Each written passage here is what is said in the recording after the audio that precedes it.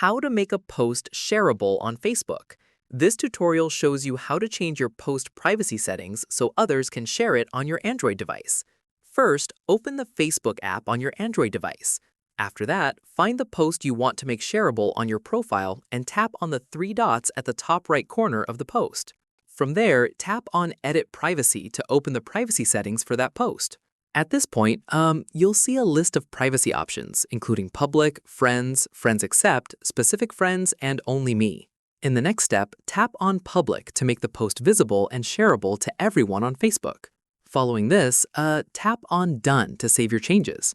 Once done, go back to the post and tap on the three dots again to confirm the privacy setting has been updated. From here, tap on the Share button below the post to verify that the Share option is now fully available. At this stage, anyone who comes across your post will now be able to see the Share button and reshare it to their own timeline or story.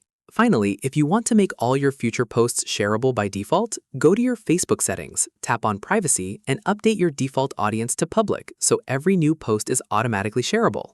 And that's it. If this Facebook guide helped you make your posts shareable, give it a like, subscribe for more Facebook tutorials, and tap the bell icon for updates. See you in the next one.